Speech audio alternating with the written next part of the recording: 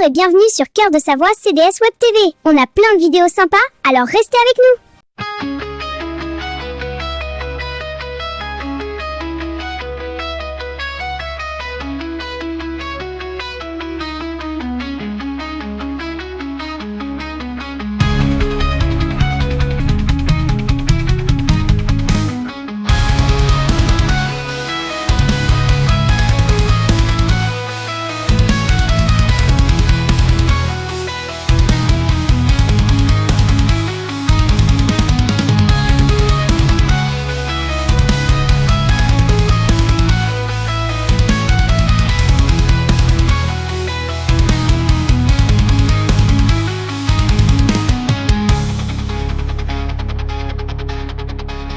Qu'est-ce que vous revendiquez exactement ici sur ce site par rapport à cette autoroute ?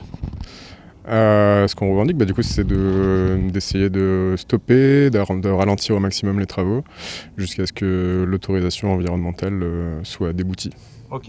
Donc alors, on nous vend cette autoroute comme un bienfait, sachant qu'il y a énormément de véhicules sur les deux départementales qui relient Thonon à Annemasse, et elles sont saturées, c'est vrai, c'est pas un secret, mais donc vous pensez pas que, vous me dites qu'il y a d'autres alternatives par rapport à l'autoroute, mais le CEVA pour vous, ça serait pas une possibilité ? En fait, si c'est juste le report sur le ferroviaire de façon générale, oui, bien sûr, je pense qu'on est d'accord. Oui. Après, plus en particulier sur ce fonctionnement du CEVA là, effectivement, moi perso, j'ai pas creusé le sujet, mais je pense que oui, c'est clairement une alternative. Ouais. D'accord. Ouais. Parce que alors le Conseil fédéral et surtout le canton de Genève s'est beaucoup opposé à ce projet d'autoroute parce que ça met en concurrence justement le CEVA. Qu'est-ce que vous pouvez nous dire aussi là-dessus ? Moi, je pense que ce qui est intéressant, c'est que là, là, on a dépassé le stade des voisins ou des voisines qui sont impactés pour leur propre cas perso. Là, on parle de la ville de Genève qui est contre le projet. Ouais. Et malgré tout, le canton, pardon. Le conseil, pardon. Et malgré tout, on s'en fout un peu, la preuve, parce que ça que moi je trouve important. C'est que, encore si on dit 2-3 personnes, elles sont contre, mais bon, elles voient pas les enjeux à grande échelle de la ville, blabla. Là, c'est justement le canton, le conseil, qui lui, a priori, peut être potentiellement légitime pour savoir ce qui peut être intéressant à faire pour ces infrastructures-là, et eux sont contre, mais bon, on fait quand même le projet. Ouais. Dans tous les cas, il faut pas d'autoroute, et encore moins avec un péage. Oui, d'accord, ok. Et même, qu'est-ce que vous diriez alors aux gens qui chaque jour sont pris dans les bouchons, je pense, au niveau de Bon ou ailleurs, pour rentrer chez eux ici dans le Chablais, qui galèrent un petit peu, qu'est-ce que vous pouvez leur dire là-dessus si cette autoroute ne se faisait pas ? Supposons que votre opposition porte ses fruits. Ouais. Moi, je pense que c'est sûr que c'est un vrai sujet, on va pas dire le contraire, les bouchons, les gens qui rentrent du boulot, mais... il y a des gens qui font... c'est un sujet compliqué en fait. C'est pas, on peut pas regarder ça juste à l'échelle d'une personne qui rentre du boulot à telle heure le soir. Il y a des gens qui font des études de ça à grande échelle.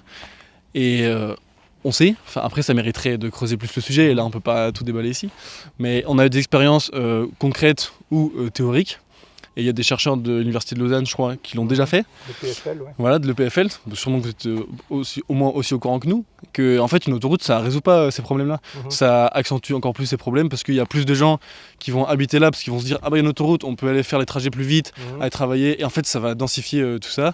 Il y a les petits villages, ils n'auront pas de sortie, du coup, ils ne pourront pas prendre l'autoroute. On parle d'une bretelle au niveau de Périgné. Mais... Sur 16 km, c'est ça. Seule, bien sûr. Parce qu'en fait, d'après certains sondages, il y aurait près de 70 à 75% des gens favorables à ce projet. Mais c'est sûr que c'est compliqué, c'est sûr que c'est pas facile, tout le monde pense pas la même chose, mais il y a un vrai travail d'info qui va faire derrière, un travail de discussion qui est fait à moitié et qui est toujours fait par les vendeurs de l'autoroute, donc qui est jamais vraiment... Eiffage, le gros intéressé. Par exemple. Et encore une fois, on a parlé du train, mais tous les transports et même l'organisation du travail en général, elle doit être, à mon sens, remise en question ici. Et si on parle côté environnemental, écologie, on sait que ça va se tracer, va détruire une bonne partie de l'espèce, notamment dans la forêt de Plan-Bois, au-dessous de Périgné et Bon-en-Chablais. Donc c'est un écosystème un peu marécageux, il y a beaucoup d'eau. Tout ça, vous en dites quoi, par exemple, vous ? c'est tragique si les travaux commencent alors que l'autorisation environnementale n'est pas officialisée. Déjà rien que les fouilles archéologiques, ça va être un carnage. Les forages pour les sondages, c'est un début de carnage, c'est du petit carnage, mais ça reste du carnage quand même. Et tout ça, si ça commence là, avant l'autorisation environnementale, c'est un scandale. En plus d'être un carnage, c'est un scandale. D'accord. Et que oui, il y a du castor sur le tracé, il y a plein d'autres espèces protégées et rares, que ce soit des végétaux ou des animaux. Et sur le plan écologique, c'est un scandale. Il y a déjà tellement de parties urbanisées dans cette région que le seul axe vert qui est un peu encore au milieu de toutes ces agglomérations va être coupé encore en deux. Encore sacrifié. Voilà, sacrifié et couper la forêt en deux, encore une fois. Alors sur CDS TV, aujourd'hui, on est sur le site de Mézinges et on fait un travail donc sur l'A412, cette fameuse autoroute en projet, c'est même au-delà du projet, puisqu'on parle de début des travaux fin de l'année 2026, on n'est plus très loin. Donc vous vous inscrivez dans le courant de ceux qui ne sont pas trop d'accord avec ce projet. Qu'est-ce que vous avez à nous dire? Alors moi je suis absolument contre. Déjà moi j'ai un rapport sur cette autoroute par rapport aussi à l'humain, aux dégâts que ça va faire, aux gens qui vont être délogés, aux agriculteurs qui vont perdre leurs terres, et ça pour moi je trouve que c'est scandaleux. Et dans l'ensemble, ce qu'on pense de ce projet, c'est que c'est un projet du siècle passé, que c'est plus du tout d'actualité de construire des autoroutes, qu'on pourrait doubler la voie de chemin de fer, qu'il y a des tas d'autres solutions. Donc là, on entre dans le cadre du CEVA. On sait qu'il y a un battement de trains toutes les 20 minutes, aux heures de pointe, soit 3 trains par heure, et que c'est déjà pas mal saturé. Donc vous préconiseriez un doublement de la voie et qui, de ce fait, supprimerait en fait la volonté de construire une autoroute. Mais c'est partout, c'est pas seulement ici, c'est partout en France, en Europe, qu'il faut repenser toute la logistique des transports, quoi. Je veux dire, c'est pas en mettant des hypercentres commerciaux à 30 km des habitations qu'on va résoudre les choses. Il y a plein de choses comme ça à résoudre. Et puis bon, pour ce qui est de ce lieu particulier, c'est une nature magnifique. Nous, ça fait 20 ans qu'on s'y promène. Il y a des animaux partout, il y a des castors. Tout ça, c'est précieux. Donc là, on entre dans le critère un petit peu écologique. Donc on sait que ce projet d'autoroute a un impact assez néfaste sur la faune, on vient d'en parler, mais notamment dans la forêt de Plombois, au-dessous de Bohan-Chablais, Périgné. Donc évidemment, ça demande un élargissement de près de 300 mètres, faire une autoroute. Donc en plein milieu d'une forêt, on imagine les dégâts. Donc vous y êtes totalement opposé. Ah, totalement. Et puis en plus, il y a aussi... C'est lamentable, c'est extrêmement triste cette destruction. Et pour rien, justement, parce que l'autoroute ne va rien résoudre. Le doublement de la voie ferrée résolverait un certain nombre de choses pour le transport des personnes. Évidemment, c'est nécessaire, on devient de plus en plus nombreux. Ce que je ne comprends pas au niveau économique, c'est qu'on veut de la croissance, mais on peut faire la croissance avec le rail.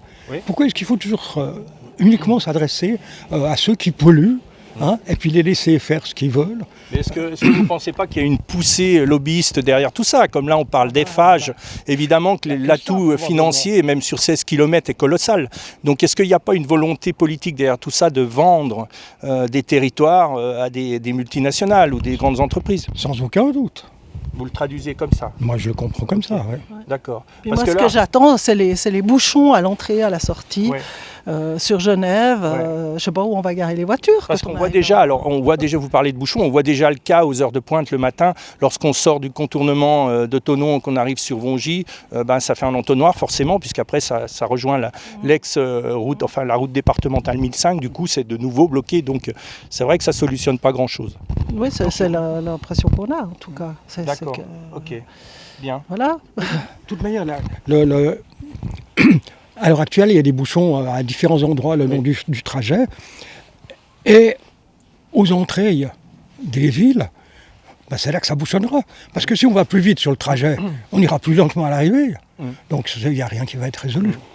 Alors on le voit aux heures de pointe, particulièrement le soir, les flux de voitures, quand les gens rentrent du boulot ou vont au boulot le matin, effectivement on se rend bien compte de la saturation du réseau. La Haute-Savoie, en tout cas le Chablais, c'est plus de 140 000 habitants aujourd'hui, donc c'est une population croissante.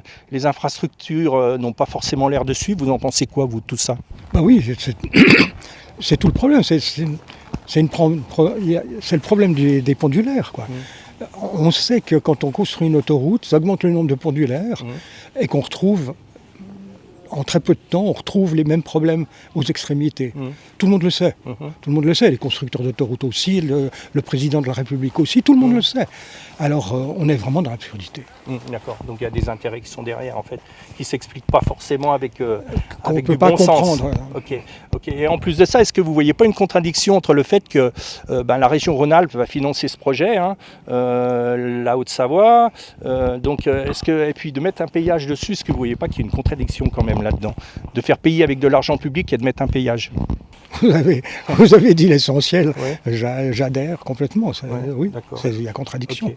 Oui, D'accord. puis comme si on veut éviter que les camions prennent les routes justement secondaires ou comme ça, avec les péages, il faut continuer à les prendre, parce que les autoroutes, on a vu maintenant de plus en plus les camionneurs, ils les évitent. Ouais. Eh ben merci beaucoup pour votre retour, merci.